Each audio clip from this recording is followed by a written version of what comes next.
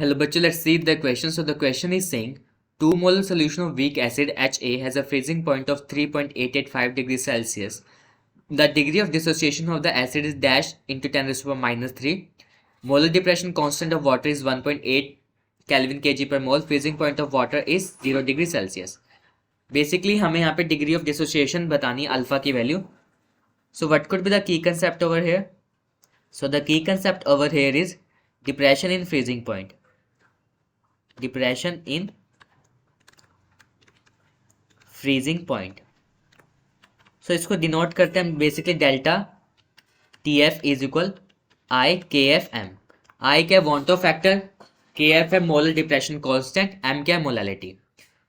अगर हम बात करें इसको, it is also known as T F not minus T F.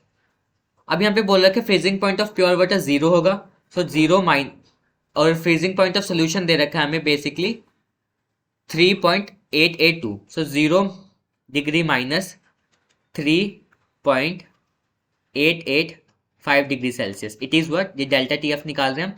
सो यहाँ से डेल्टा टी एफ आ जाएगा माइनस 3.885 डिग्री सेल्सियस. बट यहाँ पे हम इसको पॉजिटिव लेके ट्रीट करेंगे. सो it is 3 delta T F की वैल्यू 3.885 डिग्री सेल्सियस. अब देखो हमें यहाँ पे आई की वैल्यू निकालनी है. सबसे पहले आई की वैल्यू निकालते हैं. डेल्टा टी एफ की वैल्यू पता चल गई, that is I K F M, that is 3.885. आई की वैल्यू निकालनी है, के एफ की वैल्यू दे रखी है 1.85. अगर मोलालिटी की बात करें दैट इज 2, यहाँ पे 2 दे रखी है मोलालिटी. आई की वैल्यू क्या आ गई 3.885 अपॉन में 1.85 डिवाइड बाय मल्टीप्लाई बाय 2. सो आई की वैल्यू यहाँ पे आ गई 1.05. जैसे कि ये कि वीक एसिड है HA, तो ये टूटेगा कैसे, H पॉजिटिव में प्लस A नेगेटिव में. यहाँ से N की वैल्यू क्या आ गई, नंबर ऑफ मॉलिक्यूल्स कितने आ गए यहाँ पे 2 हैं.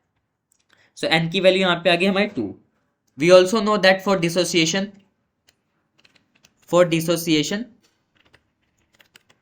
हमारा I क्या होता है, I is equal 1 plus N minus 1 alpha. 1 की जगह पर 1, n की जगह पर 2 माइनस 1 अल्फा. सो I की वैल्यू क्या आ गई 1 प्लस अल्फा आ गई है यहाँ से.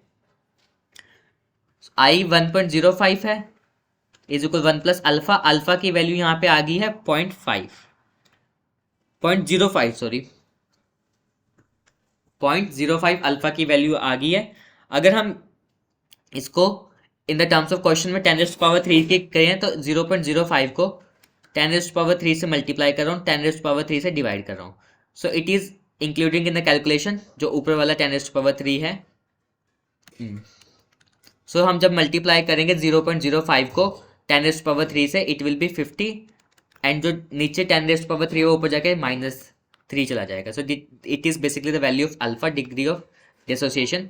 सो यहाँ पे आ जाएगा 50. So the answer will be 50. Hope you understood that. Best of luck.